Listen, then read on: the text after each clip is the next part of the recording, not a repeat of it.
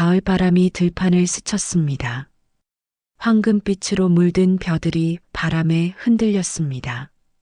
서울에서 내려온 김현수는 낡은 가방을 한쪽 어깨에 메고 고향 마을 입구에 서 있었습니다. 마을 입구의 표지판은 색이 발해 있었습니다. 청솔마을이라는 글자가 겨우 알아볼 수 있을 정도였습니다. 현수는 그 앞에서 잠시 멈춰 섰습니다. 30해 전 25살 청년이 서울로 떠날 때도 이 표지판이 있었는지 기억이 나지 않았습니다. 오래된 돌담과 낮은 지붕들이 이어진 골목. 몇십 년 만에 다시 서본 풍경은 낯설면서도 깊이 각인된 기억을 불러일으켰습니다. 골목은 예전보다 좁아 보였습니다.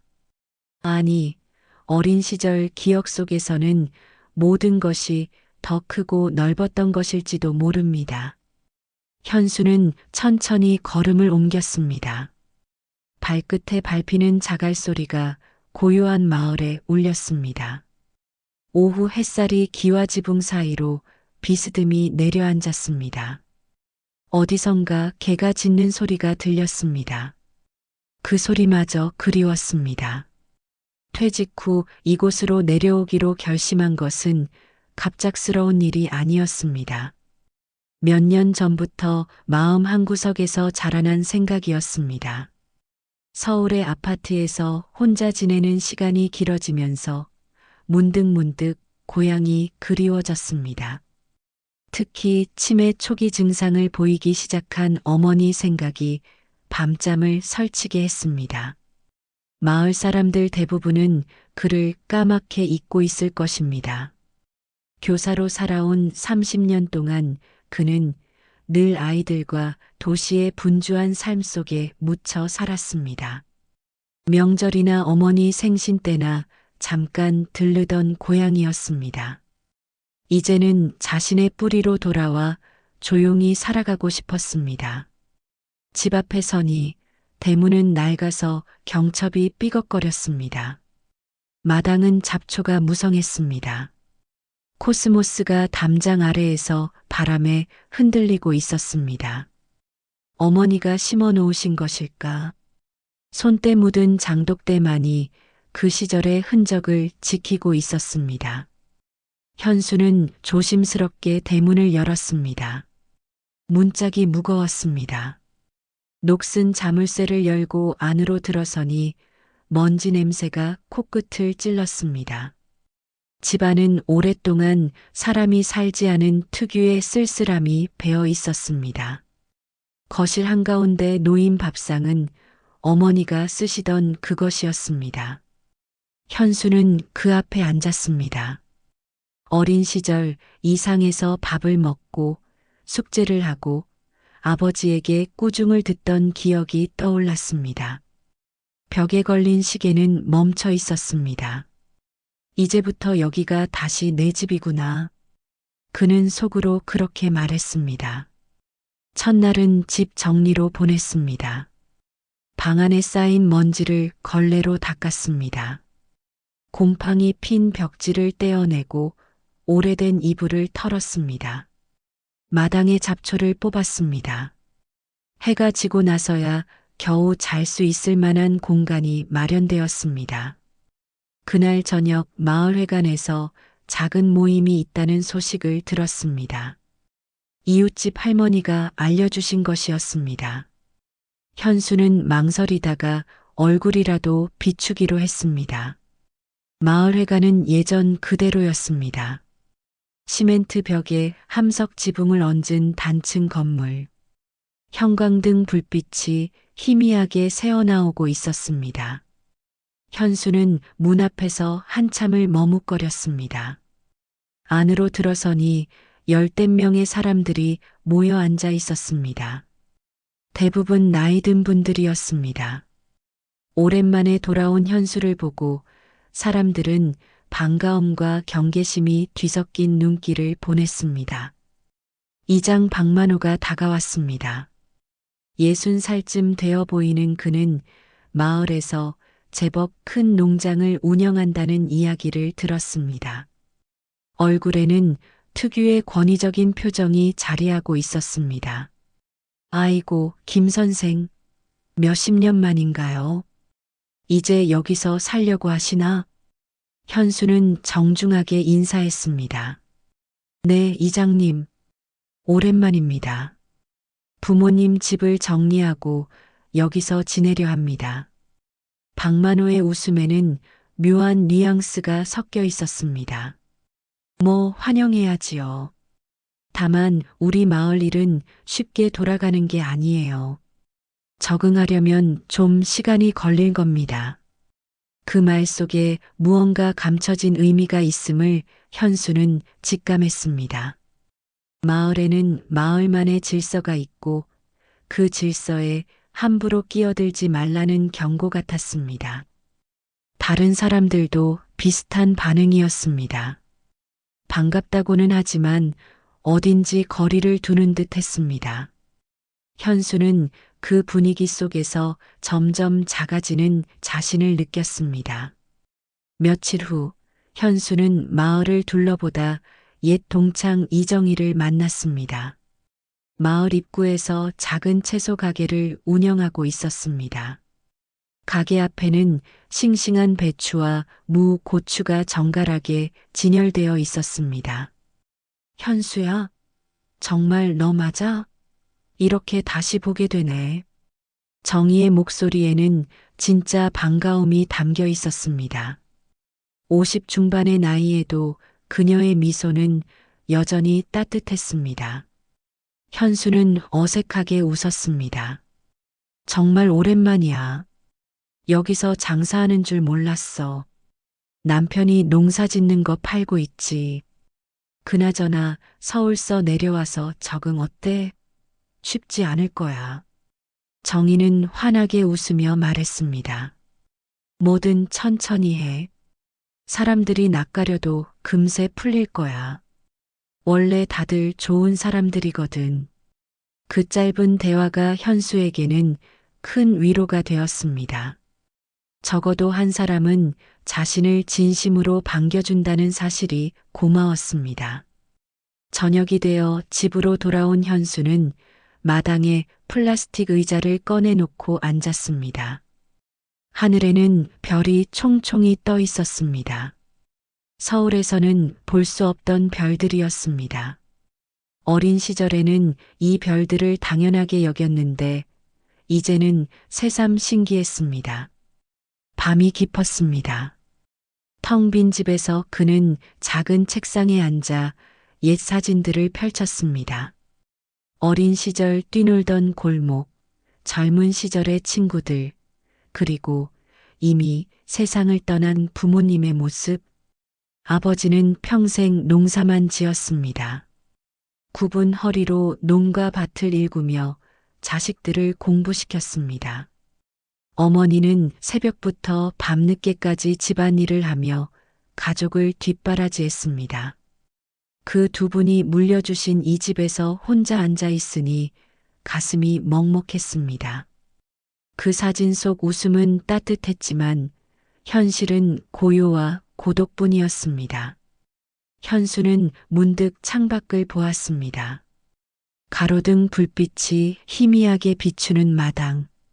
들리는 것은 벌레 소리뿐이었습니다. 내가 이곳에서 다시 시작할 수 있을까?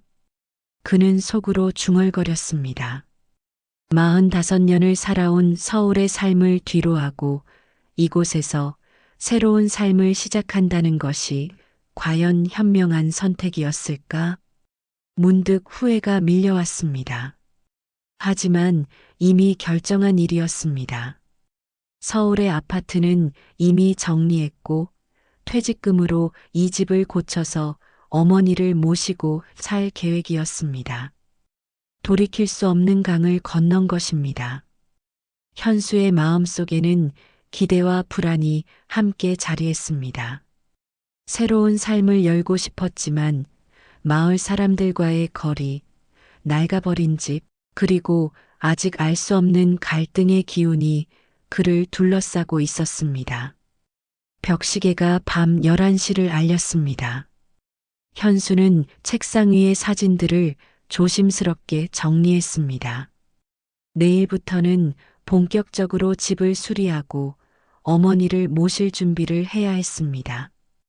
그는 잠시 눈을 감았습니다. 앞으로 어떤 일이 닥치든 자신이 선택한 길임을 다짐했습니다. 고향으로 돌아온 것은 단순한 도피가 아니라 새로운 시작이어야 했습니다. 창밖으로 달빛이 은은하게 스며들었습니다. 마을은 깊은 잠에 빠져 있었습니다. 현수도 천천히 잠자리에 들었습니다. 꿈속에서는 어린 시절의 골목이 나타날 것 같았습니다. 그렇게 고향에서의 새로운 이야기가 조용히 시작되고 있었습니다. 고향에 온 지 일주일이 지났습니다. 현수는 매일 아침 일찍 일어나 집 정리에 매달렸습니다. 낡은 벽지를 뜯어내고 새로 발랐습니다. 삐걱거리던 마루를 고쳤습니다. 마당에 잡초를 뽑고 작은 채소밭을 만들었습니다. 손에 물집이 잡혔지만 뿌듯했습니다. 하지만 마을 사람들과의 거리는 좁혀지지 않았습니다. 길에서 마주쳐도 어색한 인사만 주고받을 뿐이었습니다. 현수는 점점 답답함을 느꼈습니다. 화요일 저녁 마을회관에서 정기 주민회의가 열렸습니다. 현수는 이번에도 참석했습니다. 마을 일에 관심을 보이면 사람들이 마음을 열어줄 것이라 생각했습니다. 박만호 이장이 회의를 주재했습니다. 그의 옆에는 늘 같은 사람들이 앉아 있었습니다. 농협 직원 출신인 김총무, 큰 농장을 운영하는 최회계, 마을에서 오래 산 이 반장. 이들이 마을의 모든 결정을 좌우하는 핵심 그룹이었습니다. 오늘은 마을 진입로 포장 공사건을 논의하겠습니다. 박만호가 말했습니다. 현수는 관심을 가지고 들었습니다. 마을 진입로는 비가 오면 질척해져서 차량 통행이 어려웠습니다. 포장 공사는 꼭 필요한 일이었습니다. 군청에서 예산을 일부 지원해 주기로 했습니다. 나머지는 마을 기금으로 충당해야 합니다. 김총무가 설명했습니다. 현수는 조심스럽게 손을 들었습니다. 잠깐만요.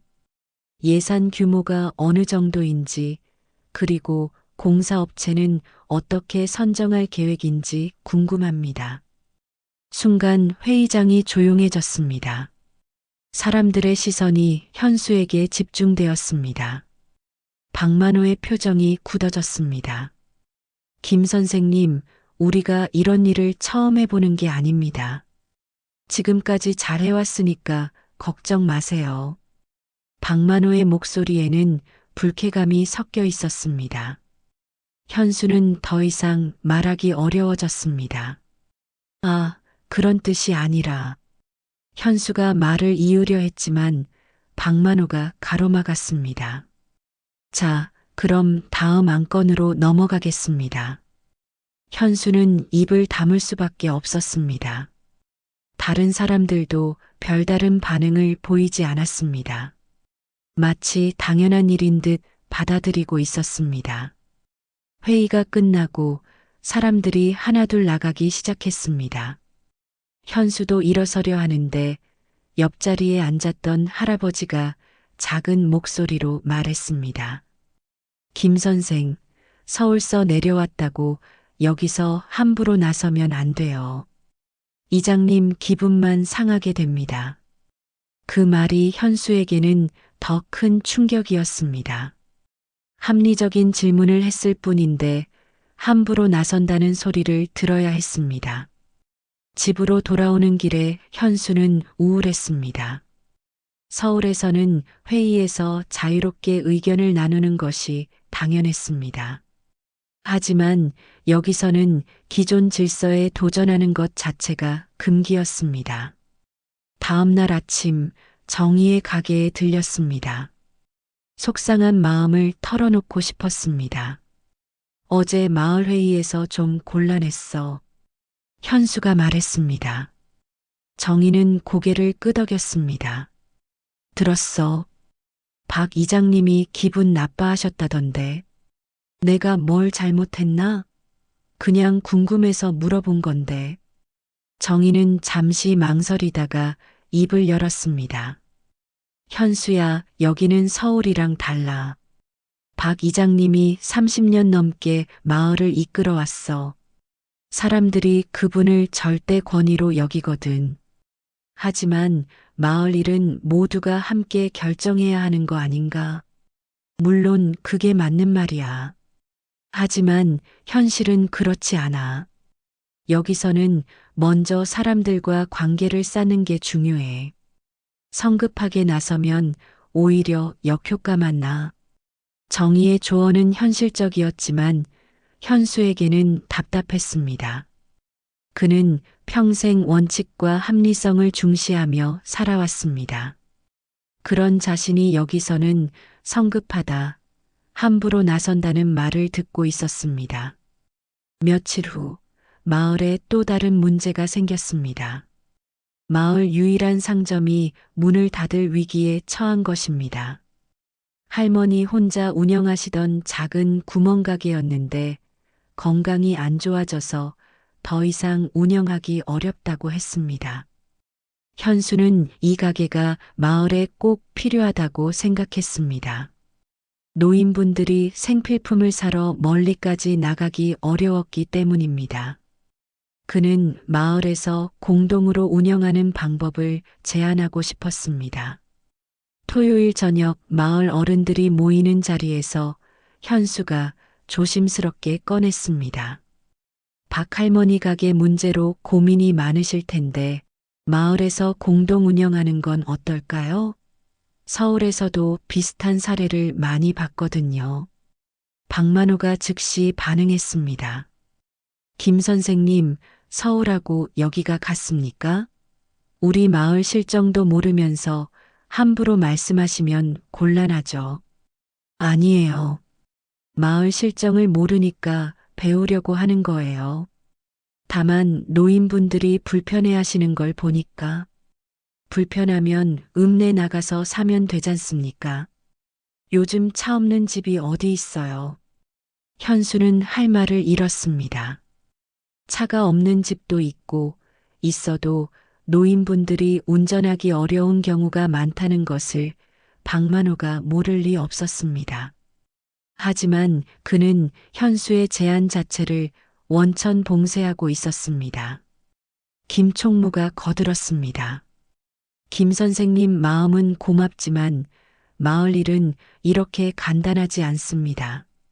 책임져야 할 일이 얼마나 많은지 아세요? 다른 사람들도 고개를 끄덕였습니다. 현수는 점점 고립되어 가는 자신을 느꼈습니다. 집으로 돌아온 현수는 침울했습니다. 마을을 위한 일이라고 생각했는데 오히려 미운 털이 박히고 있었습니다. 그는 자신이 뭔가 근본적으로 잘못 이해하고 있는 것은 아닌지 의심하기 시작했습니다. 일요일 오후 정희가 집에 찾아왔습니다. 손에는 직접 기른 배추와 물을 들고 있었습니다. 요즘 기운이 없어 보여서 왔어. 정희가 말했습니다. 현수는 정희에게 차를 대접하며 속마음을 털어놓았습니다. 정희야, 내가 너무 성급했나? 마을 사람들한테 미안한 마음이 들어. 아니야. 내 마음은 충분히 이해해. 다만 방법이 좀 문제였을 뿐이야. 그럼 어떻게 해야 하지? 정희는 잠시 생각하더니 대답했습니다. 일단 박 이장님하고 관계부터 회복해야 해. 그분이 마음의 문을 열어야 다른 사람들도 따라와. 하지만 내가 뭘 잘못했는지 모르겠어. 잘못한 게 아니야. 다만 여기서는 순서가 있어. 먼저 사람을 얻고 그 다음에 일을 하는 거야. 현수는 고개를 끄덕였지만 여전히 답답했습니다. 합리적인 의견도 인간관계 때문에 묻혀야 한다는 것이 이해되지 않았습니다. 그날 밤 현수는 오랫동안 잠들지 못했습니다. 서울의 아파트에서 혼자 지내던 때가 오히려 편했던 것 같다는 생각이 들었습니다. 적어도 거기서는 아무에게도 눈치를 보지 않고 살 수 있었습니다. 창밖을 보니 마을은 고요했습니다. 가로등 하나 없는 골목은 어둠 속에 잠겨 있었습니다. 현수는 문득 여기서 과연 버틸 수 있을지 의문이 들었습니다. 다음 날 아침 우편 배달원이 편지 한 통을 가져다 주었습니다. 서울에 있는 요양원에서 온 것이었습니다. 어머니의 상태가 악화되어 가족과 상의가 필요하다는 내용이었습니다. 현수는 즉시 서울로 올라가야 했습니다. 요양원에서 만난 어머니는 현수를 알아보지 못했습니다. 며칠 전까지만 해도 멀쩡했는데 갑자기 치매 증상이 심해진 것 같았습니다. 어머니, 저예요. 현수예요. 어머니는 현수를 낯선 사람 보듯 했습니다. 현수의 가슴이 아팠습니다. 고향으로 모시고 와서 정성껏 돌보려던 계획이 무너지는 느낌이었습니다. 의사와 상담한 결과 당분간은 전문적인 치료가 필요하다는 진단이었습니다. 현수는 어머니를 고향으로 모시는 일을 미룰 수밖에 없었습니다. 서울에서 하룻밤 묵고 마을로 돌아오는 길, 현수의 마음은 복잡했습니다. 어머니 걱정에 마을에서의 적응 문제까지 겹쳐서 막막했습니다. 기차 안에서 현수는 진지하게 고민했습니다. 이대로 고향에서 지낼 수 있을까? 서울로 다시 돌아가는 게 나은 건 아닐까? 마을 사람들도 자신을 원하지 않는 것 같고 어머니도 당분간 모실 수 없는 상황이었습니다. 마을역에 도착했을 때는 이미 해가 지고 있었습니다. 현수는 무거운 마음으로 집으로 향했습니다. 며칠 비운 집은 더욱 을씨년스러워 보였습니다.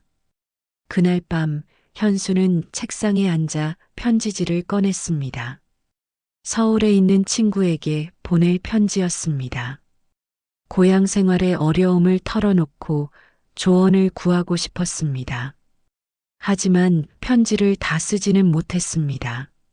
뭔가 자존심이 상하는 기분이었습니다. 용기 내어 고향으로 돌아왔는데 벌써 포기하고 싶다는 말을 어떻게 할 수 있겠습니까? 현수는 편지지를 접어서 서랍에 넣었습니다.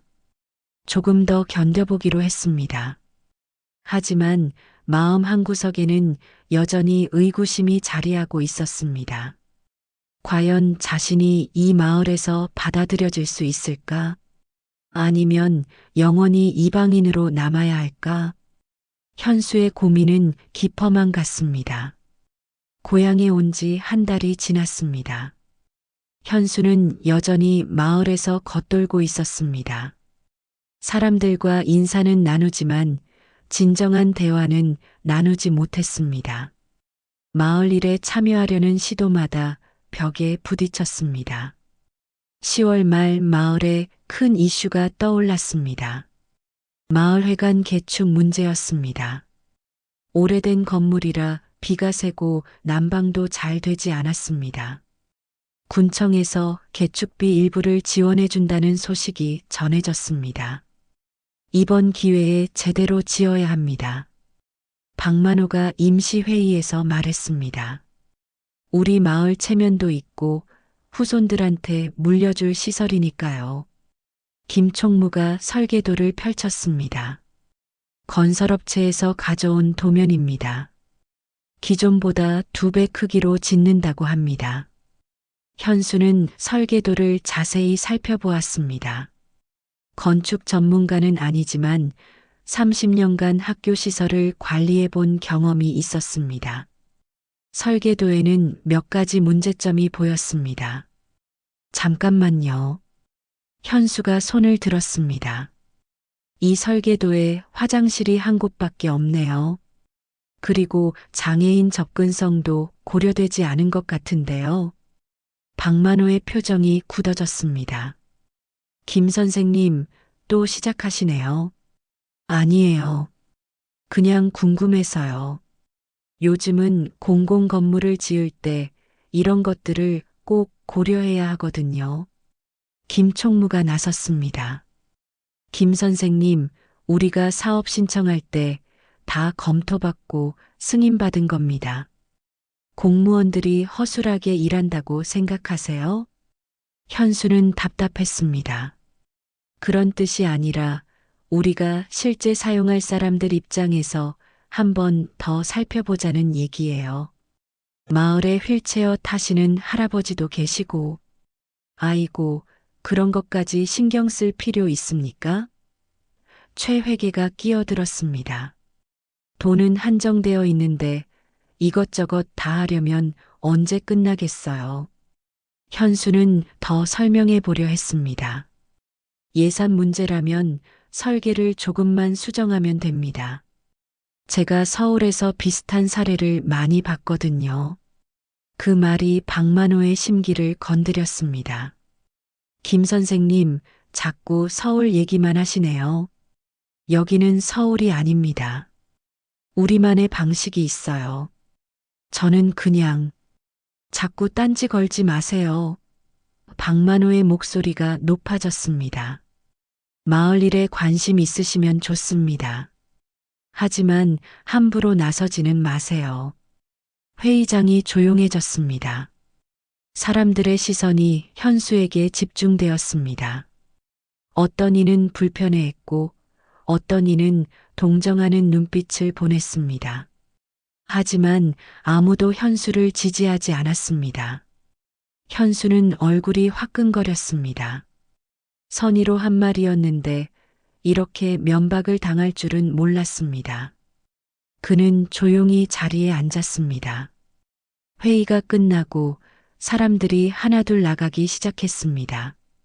현수도 일어서려 하는데 이 반장이 다가왔습니다.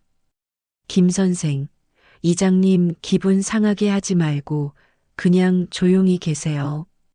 괜히 나섰다가 더 곤란해질 수 있어요. 그 말을 듣고 현수는 더욱 서글펐습니다.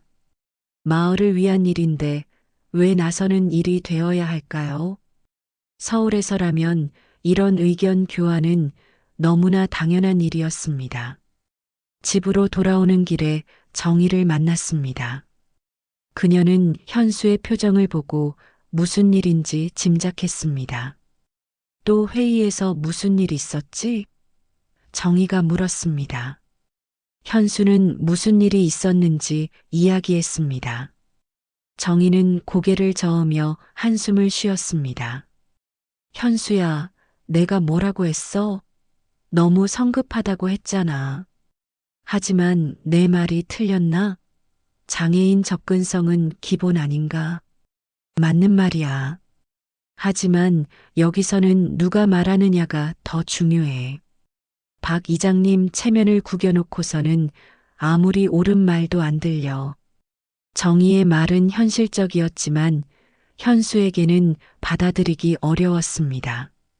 옳은 것은 옳은 것이고 틀린 것은 틀린 것인데 왜 인간관계 때문에 진실이 왜곡되어야 할까요? 그날 밤 현수는 잠을 이루지 못했습니다. 자꾸만 회의장에서 박만호에게 면박당한 장면이 떠올랐습니다. 사람들의 시선도 잊혀지지 않았습니다. 다음 날부터 현수는 마을 사람들의 시선이 달라진 것을 느꼈습니다. 길에서 마주쳐도 인사만 대충 하고 지나갔습니다. 며칠 전까지는 그래도 날씨 얘기라도 나누었는데 이제는 그것도 없었습니다. 마을 이발소에 갔을 때였습니다. 이발사 할아버지가 머리를 깎아주면서 말했습니다. 김 선생, 요즘 마을에서 화제시군요. 무슨 화제요? 서울 양반이 내려와서 이장님한테 대들었다고 하던데 현수는 가슴이 답답했습니다. 대든 게 아니라 그냥 의견을 말한 건데요. 뭐, 그렇다고 하더라도 여기서는 순서가 있어요. 이장님이 30년 넘게 마을을 잘 이끌어 왔는데 갑자기 와서 이래라 저래라 하면 기분 좋겠어요? 할아버지의 말에는 충고의 의미가 담겨 있었습니다. 하지만 현수는 여전히 이해할 수 없었습니다. 마을 발전을 위한 의견이 왜 이래라 저래라 하는 것이 되어야 할까요? 일주일 후 상황은 더욱 악화되었습니다. 마을회관 공사가 시작되었는데 현수가 지적했던 문제들이 하나둘 드러나기 시작한 것입니다. 첫 번째는 화장실 문제였습니다. 마을 여성들이 불편을 호소했습니다. 남녀 화장실이 너무 멀리 떨어져 있고 개수도 부족했습니다. 두 번째는 주차 공간이었습니다. 설계도에서는 넓어 보였지만 실제로는 차량 몇 대밖에 주차할 수 없었습니다. 세 번째는 현수가 가장 우려했던 장애인 접근성이었습니다. 마을에서 휠체어를 타는 박 할아버지가 새 회관에 올 수 없다는 것이 확인되었습니다. 하지만 이미 공사가 시작된 후였습니다. 수정하려면 추가 비용이 많이 들었습니다. 박만호는 이런 상황이 못마땅했습니다. 그리고 그 원인을 현수에게서 찾았습니다. 김 선생 때문에 공사가 복잡해졌습니다. 박만호가 급히 소집된 회의에서 말했습니다. 괜히 이상한 소리에서 사람들을 헷갈리게 만들었어요. 현수는 억울했습니다. 제가 미리 말씀드렸잖아요. 그때 검토했으면 문제없이 해결될 수 있었는데요. 검토요? 우리가 전문가입니까? 건설회사에서 한 설계를 우리가 뭘 안다고 검토해요? 김 총무가 거들었습니다. 맞습니다. 김 선생님이 괜히 문제 제기해서 사람들이 의심하기 시작한 거예요. 현수는 어이가 없었습니다. 문제를 지적한 사람을 탓하고 있었습니다. 정작 문제가 된 설계 자체에 대해서는 언급조차 하지 않았습니다. 그럼 지금 이 문제들은 어떻게 해결할 건가요? 현수가 물었습니다. 박만호가 짜증스럽게 대답했습니다. 그러니까 처음부터 괜한 말하지 말았어야지요. 이제 와서 어떻게 하냐고 묻지 말고 해결책이나 가져오세요. 그 말을 듣고 현수는 화가 치밀어 올랐습니다. 문제를 만든 것은 자신들인데 해결책은 현수에게 요구하고 있었습니다. 알겠습니다. 방법을 찾아보겠습니다. 현수가 말했습니다. 회의가 끝나고 현수는 혼자 남았습니다. 마을회관에 앉아서 설계도를 다시 살펴보았습니다. 공사를 중단하지 않고도 문제를 해결할 수 있는 방법이 있을까 생각해 보았습니다. 며칠 동안 현수는 인터넷을 검색하고 전문가들에게 전화를 걸어 조언을 구했습니다. 서울에 있는 건축사 친구에게도 연락했습니다. 그리고 나름대로 해결 방안을 정리했습니다. 다음 회의에서 현수는 자신이 준비한 자료를 발표했습니다. 추가 비용을 최소화하면서도 문제점들을 개선할 수 있는 방법들이었습니다. 하지만 박만호의 반응은 차갑기만 했습니다. 김 선생님, 이런 복잡한 걸 우리가 어떻게 이해합니까? 그냥 원래 계획대로 하면 안 되나요? 원래 계획대로 하면 문제들이 그대로 남아요. 이 방법들은 비용도 많이 들지 않고 비용이 적게 든다고 하지만 우리가 그걸 어떻게 확신합니까? 나중에 문제 생기면 누가 책임지죠? 현수는 답답했습니다. 제가 책임지겠습니다. 박만호가 비웃듯 말했습니다. 책임요? 뭘로 책임지시겠어요? 돈이라도 있으세요? 그 말이 현수의 자존심을 건드렸습니다. 돈이 없으면 의견을 말할 자격도 없다는 식으로 들렸습니다. 돈 문제가 아니라 옳고 그름의 문제 아닙니까? 현수가 목소리를 높였습니다. 옳고 그름요? 그런 말씀하시려면 처음부터 나서지 그러셨어요. 이제 와서 우리더러 어떻게 하라는 겁니까? 현수와 박만호의 언성이 높아졌습니다. 다른 사람들은 어쩔 줄 모르며 지켜보고 있었습니다. 이장님, 저는 마을을 위해서요? 마을을 위한다면서 왜 마을 사람들 마음을 불편하게 만듭니까? 불편하게 만든 게 아니라 문제점을 지적한 거예요. 문제점이요? 그럼 지금까지 우리가 잘못 살아왔다는 말씀이세요? 대화는 점점 감정적으로 흘러갔습니다. 현수는 자신이 오해받고 있다는 것을 깨달았지만 이미 상황을 수습하기엔 늦었습니다. 결국 회의는 아무 결론 없이 끝났습니다. 사람들은 불편한 표정으로 하나둘 자리를 떠났습니다. 현수는 마지막까지 혼자 남아 있었습니다. 그날 밤 현수는 집에서 혼자 술을 마셨습니다. 평소에는 술을 많이 마시지 않았지만 오늘만은 취하고 싶었습니다. 마음이 너무 아팠습니다. 정희가 걱정되어 찾아왔습니다. 현수야, 괜찮아? 현수는 취한 목소리로 말했습니다. 정희야, 내가 뭘 잘못했나? 마을을 위해서 한 말인데 왜 다들 나를 미워하지? 정희는 현수 옆에 앉았습니다. 미워하는 게 아니야. 다들 당황스러워하는 거지. 당황스럽다고? 왜? 여기서는 변화라는 게 쉽지 않아. 수십 년 동안 똑같은 방식으로 살아왔는데 갑자기 다른 방식을 제안하면 부담스러워해.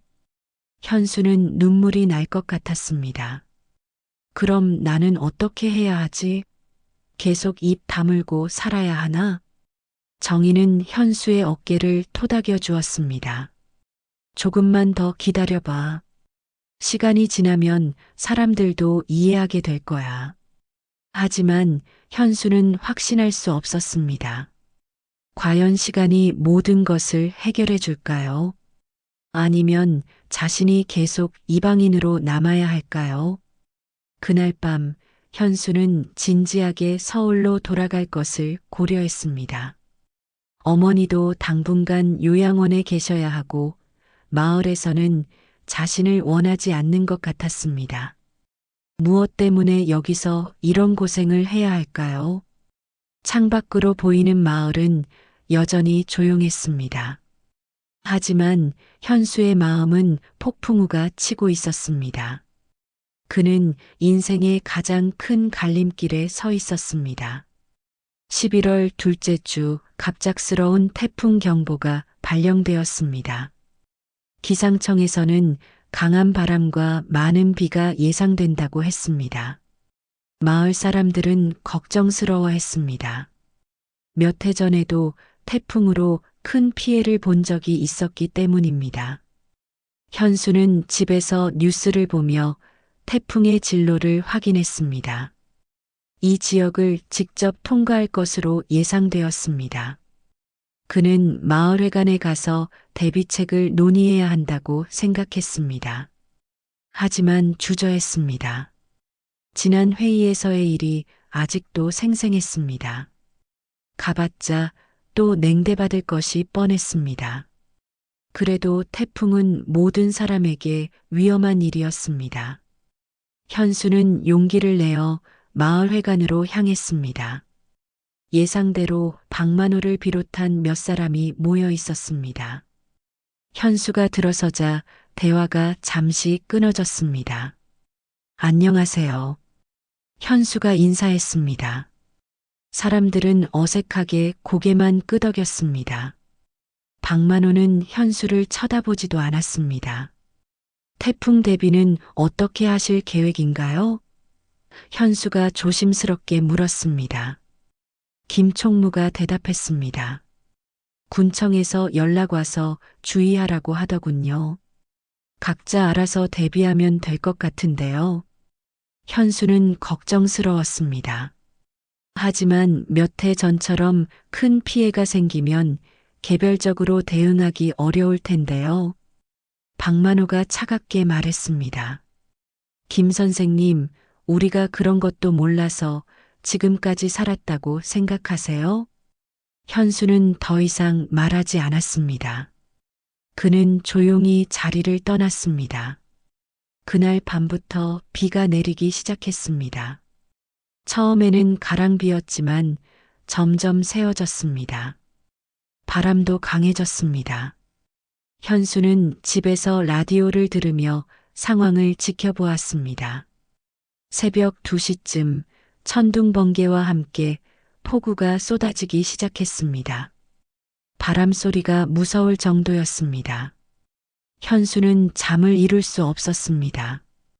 새벽 4시쯤 큰 소리가 들렸습니다. 뭔가 부러지거나 무너지는 소리였습니다. 현수는 옷을 입고 밖으로 나가보았습니다. 마을 입구에 큰 느티나무가 쓰러져 있었습니다. 수십 년 된 거대한 나무였는데 뿌리째 뽑혀서 도로를 막고 있었습니다. 전깃줄도 끊어져 있었습니다. 현수는 휴대전화 손전등을 켜고 마을을 둘러보았습니다. 곳곳에 나뭇가지가 떨어져 있었습니다. 몇몇 집의 지붕 기와가 날아간 것도 보였습니다. 가장 심각한 것은 마을 뒤편의 배수로였습니다. 낙엽과 쓰레기가 막혀서 물이 넘쳐 흐르고 있었습니다. 이대로 두면 집들이 침수될 위험이 있었습니다. 현수는 즉시 행동에 나섰습니다. 집에서 삽과 호미를 가져와 배수로 청소를 시작했습니다. 빗속에서 혼자 작업하는 것은 힘들었지만 포기할 수 없었습니다. 1시간쯤 지났을까? 현수가 온몸이 흠뻑 젖은 채 작업하고 있는데 누군가 다가왔습니다. 마을 뒷집에 사는 젊은 부부였습니다. 아저씨, 이 시간에 뭐 하세요? 젊은 남자가 물었습니다. 배수로가 막혀서 물이 넘쳐요. 이대로 두면 집들이 잠길 것 같아서요. 부부는 현수의 모습을 보고 감동했습니다. 자신들의 집을 지키기 위해 새벽에 혼자 나와서 힘든 일을 하고 있었습니다. 저희도 도와드릴게요. 젊은 여자가 말했습니다. 아니에요. 위험해요. 들어가 계세요. 아니에요. 우리 집도 걸린 일인데요. 부부가 함께 작업에 나섰습니다. 셋이서 하니 훨씬 빨라졌습니다. 막혔던 배수로가 조금씩 뚫리기 시작했습니다. 그 사이 다른 사람들도 하나둘 나타났습니다. 소음 때문에 잠에서 깬 이웃들이었습니다. 현수가 무엇을 하고 있는지 보고 자연스럽게 도움을 주기 시작했습니다. 김 선생님 고생하시네요. 마을 할머니 한 분이 우산을 들고 나오셨습니다. 제가 할 일은 없나요? 아니에요, 할머니. 추우니까 들어가 계세요. 하지만 할머니는 집으로 돌아가서 따뜻한 차를 끓여오셨습니다. 이거라도 드시고 하세요. 새벽 6시쯤 배수로 청소가 끝났습니다. 물이 정상적으로 흘러가기 시작했습니다. 사람들은 안도의 한숨을 쉬었습니다. 김 선생님 덕분에 큰일 날 뻔한 걸 막았네요. 젊은 남자가 말했습니다. 아니에요. 다들 도와주셔서 가능한 일이었어요. 그때 박만호가 나타났습니다. 그도 소음을 듣고 나온 것 같았습니다. 현수와 마을 사람들이 함께 작업하는 모습을 보고 놀란 표정을 지었습니다. 무슨 일입니까? 박만호가 물었습니다. 김 총무가 설명했습니다. 배수로가 막혀서 넘칠 뻔했는데 김 선생님이 새벽부터 나와서 청소해 주셨습니다. 박만호는 복잡한 표정을 지었습니다. 현수를 고맙게 여기면서도 자존심이 상하는 기분이었습니다. 하지만 태풍은 아직 끝나지 않았습니다. 오전 내내 비가 계속 내렸습니다. 오후에는 마을 한쪽의 옹벽이 무너져 내렸습니다. 그리고 독거노인 댁의 지붕이 심하게 손상되었습니다. 이번에도 현수가 먼저 나섰습니다.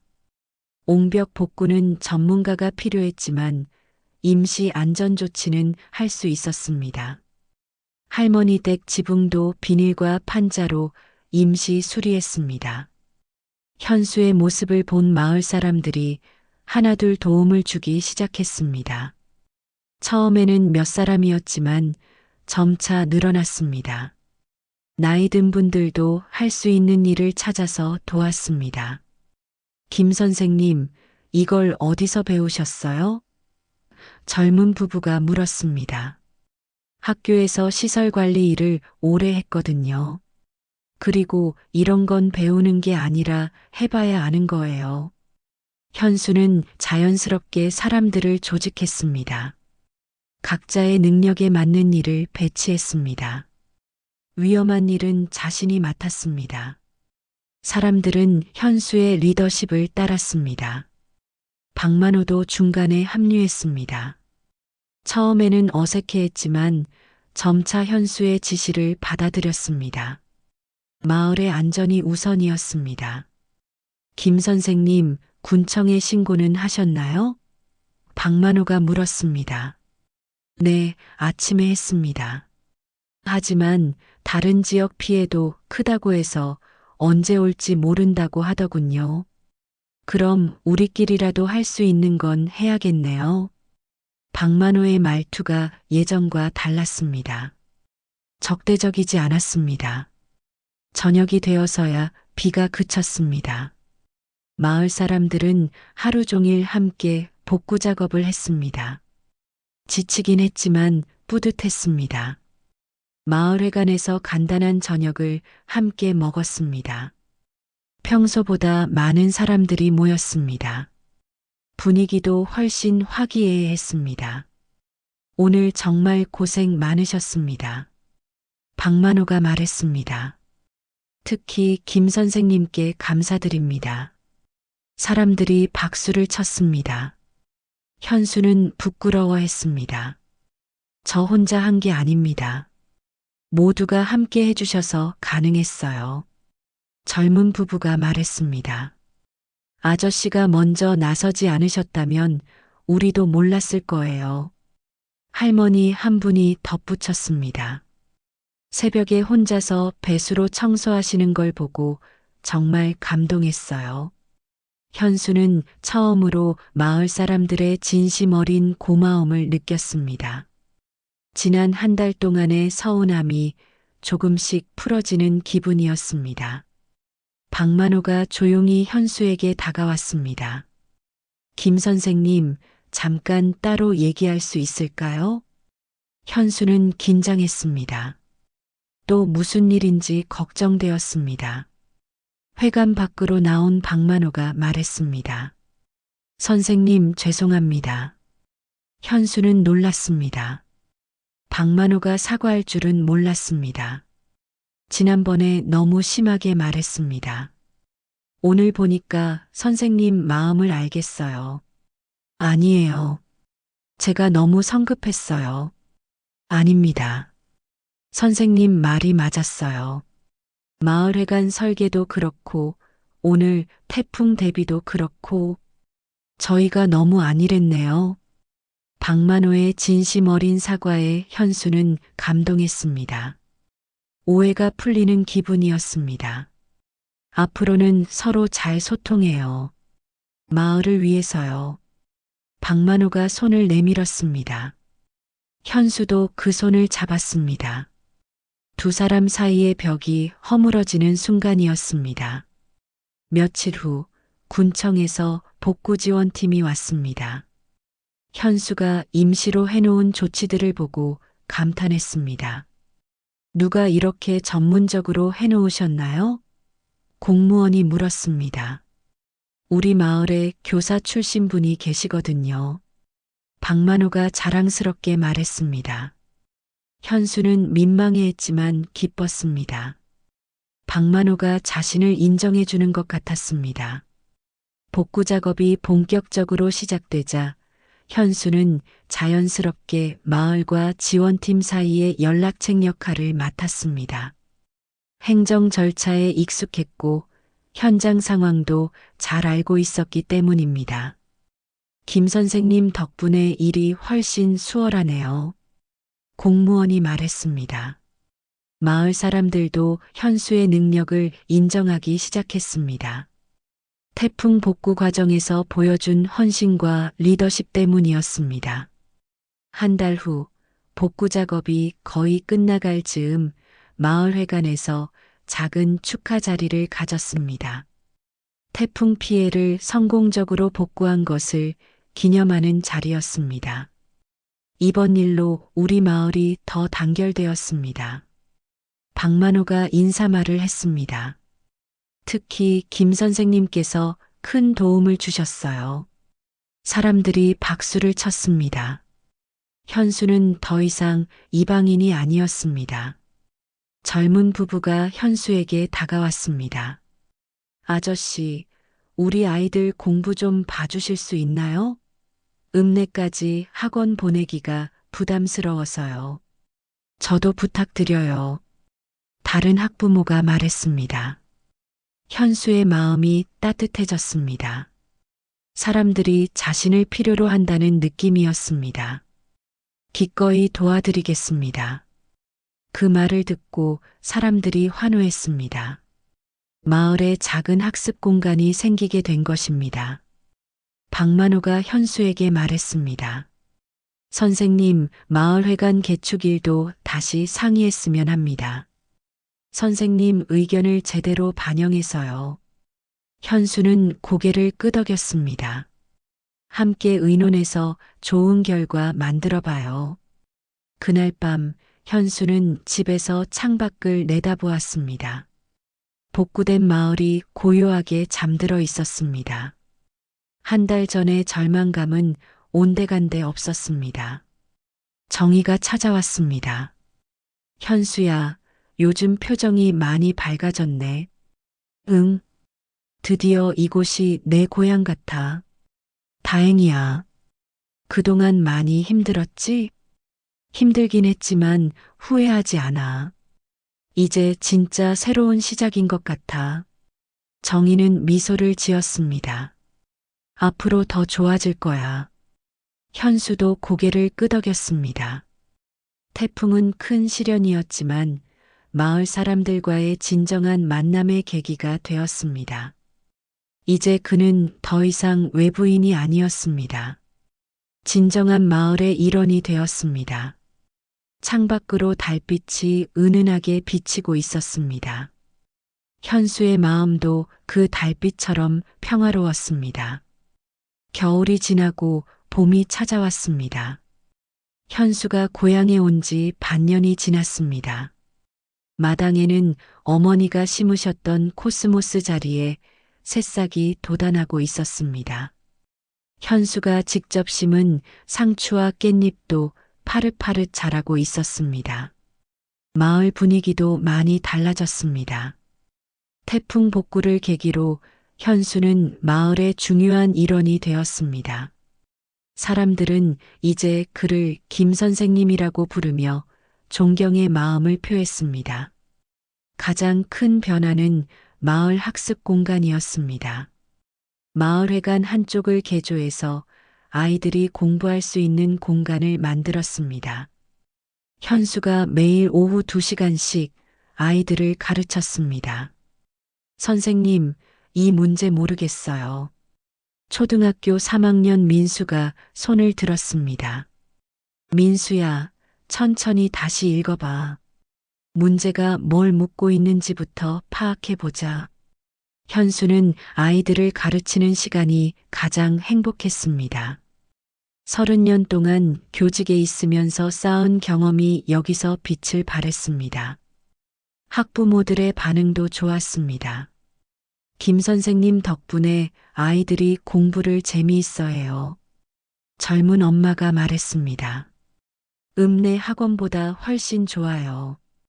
현수는 단순히 공부만 가르치지 않았습니다. 아이들과 함께 마을 텃밭을 가꾸고 전래놀이도 알려주었습니다. 도시에서 자란 아이들이 자연과 전통 문화를 경험할 수 있게 했습니다. 아이들이 달라졌어요. 박만호가 현수에게 말했습니다. 예전에는 방과 후에 할 일이 없어서 게임만 했는데 요즘은 밖에서 뛰어놀아요. 현수와 박만호의 관계도 완전히 달라졌습니다. 태풍 사건 이후 두 사람은 서로를 이해하게 되었습니다. 박만호는 현수의 전문성을 인정했고 현수는 박만호의 마을 사랑을 존중했습니다.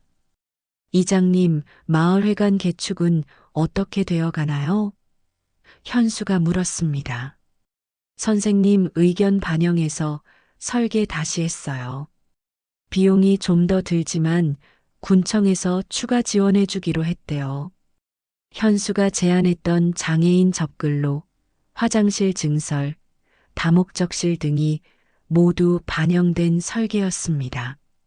마을 사람들도 이제는 그런 시설의 필요성을 인정했습니다. 4월 중순 현수에게 기쁜 소식이 전해졌습니다. 서울 요양원에서 어머니 상태가 좋아져서 퇴원이 가능하다는 연락이 온 것입니다. 정말요? 현수는 기뻐했습니다. 네, 약물 치료 효과가 좋아서 일상생활이 가능할 정도로 회복됐어요. 담당 의사가 설명했습니다. 현수는 즉시 서울로 향했습니다. 몇 달 만에 만난 어머니는 현수를 알아보셨습니다. 현수야, 왜 이렇게 늦게 왔니? 어머니가 반갑게 말씀하셨습니다. 어머니, 집으로 가요. 제가 정리해 놓은 집으로요. 어머니를 모시고 고향에 온 날 마을 사람들이 모두 나와서 환영했습니다. 정희가 미역국을 끓여왔고 이웃 할머니들이 반찬을 만들어 주셨습니다. 어머니, 여기가 우리 집이에요. 현수가 말했습니다. 어머니는 오랜만에 본 집을 둘러보셨습니다. 집이 깨끗해졌네. 현수가 잘 정리했구나.